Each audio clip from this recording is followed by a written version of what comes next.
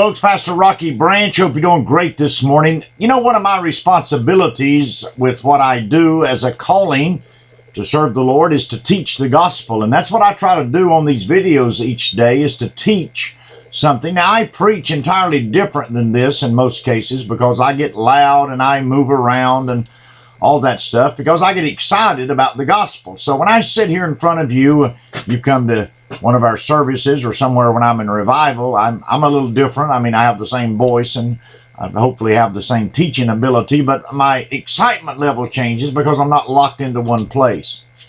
I wonder if you ever thought about Jesus Christ, if he ever did anything that, well, just was for no reason, just did it. You know, sometimes you do things just for no reason. But you know, Jesus had a purpose in what he did, and he had a goal in where he was headed. And I think it's important for you and me to have a purpose and a goal. Yesterday, on Sunday, in our church services, we had a good Sunday school class. We had good worship time. And Janice and I were supposed to go to the mountains. We have a house up there. It's her mama's home place. And Daddy, we bought that after her mother passed away from her brother and sister. And, well, we've been trying to fix it up. And that's a job, if anybody knows anything about that. Well, we had planned on the latter part of last week to go to Spruce Pine yesterday, and in fact, we'd announced to the church that we'd be gone for a few days. Well, we came in after church, and there was just a feeling. There was just something going on that, well, we just didn't, it just wasn't right. She said, "What do you think?" I said, "What do you think?" She said, "I don't know." I said, "I don't know." And, for some reason, we just had that gridlock going on. And I finally said, you know what? There's just too many things that we're questioning here. Let's just not go. So we decided not to go. And we had sat down to eat a sandwich. And shortly thereafter, the phone rang, and it was one of our dear families in the church. The man had sat down on the porch. He did not come to church yesterday morning. He sat down on the porch and apparently had a heart attack and died at 71 years young. Well, had we been up the road somewhere and I got that call, I would have obviously turned around and come back. But I was at home, about 5 minutes away from their house. I was able to jump up and run to their house. God had prevented us from going to the mountains, at least getting started on the mountains, because I would have come back. But he prevented that because he knew that there was going to be a need in just a few minutes.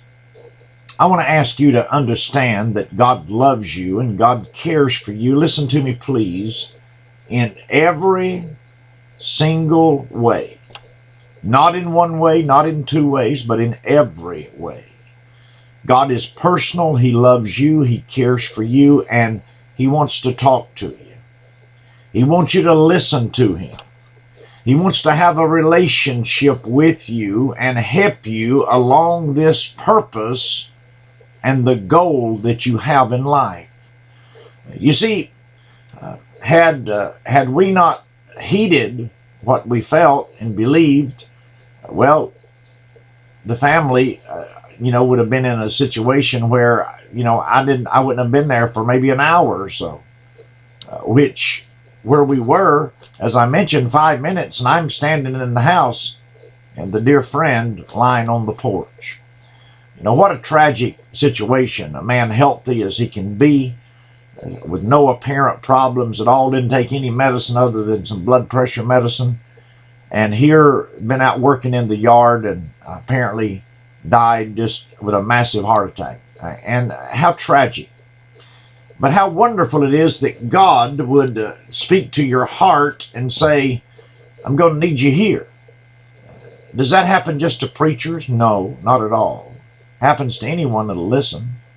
I want to tell you today that God loves you, and I want to tell you that some of the things, and I want you to hear me, I want you to draw up close and listen to me.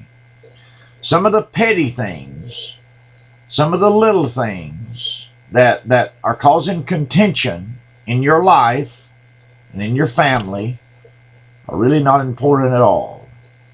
Because at any moment, and I said this yesterday in church even before I knew about this situation, obviously before I knew about it, I said yesterday in our service, which I remind our folks often about, you have no guarantee that you'll get out of this day alive. No guarantee. Because things happen all the time, just like it happened to my friend yesterday. And things can happen in your life just like that, and they're going to happen in your life just like that at some point. So I want to tell you today that some of the things that you're struggling with and some of the things that you're not letting alone, that you keep bringing back up and you keep throwing back up and you keep arguing about with your spouse or your family or your friends, I want to tell you, it doesn't matter. That's not the important part. The important part is to remember your purpose and your goals. Jesus did not do anything that there was not a reason for, nor was there a cause. And you and I sometimes, maybe without warning, say some things that maybe we shouldn't say, do some things maybe we shouldn't do, not understanding that it's very possible that that could be the last thing we ever do. So today, let me encourage you and caution you to make sure that you use your time wisely, because it's going to come to an end at some point, and sometimes abruptly, as this did yesterday. The family was totally devastated. This man was healthy as a horse. I mean, strong as an ox. I mean, it was absolutely devastating that this happened. But no one can tell that. No one can tell that with you nor me. When I get through cutting this video, go back to the house, Maggie could be in the same shape, or I could before I get there. And I have to understand that, and you have to understand that. Make the most out of your day. Don't let things go unsaid. Don't bring up things of no value. Let God lead you, have a purpose and a goal, and well, God will bless you for it. God bless you. We love you, and goodbye.